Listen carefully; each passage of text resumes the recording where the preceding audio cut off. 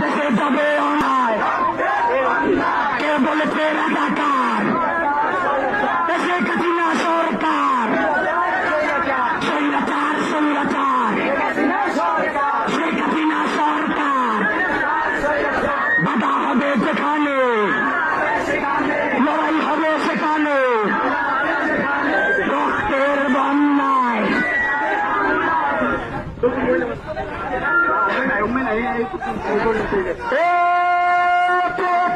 অধিকার